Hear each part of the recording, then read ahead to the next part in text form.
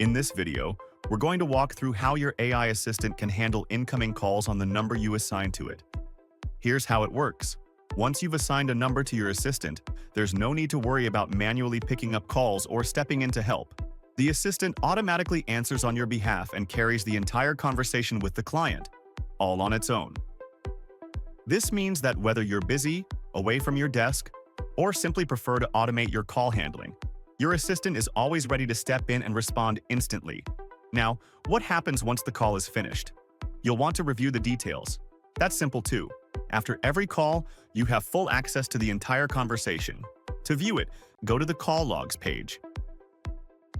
On this page, AI-handled calls will be marked with an indicator. Open the menu in the Actions column for these specific calls. Then, you can select AI Summary from the drop-down menu to view it again.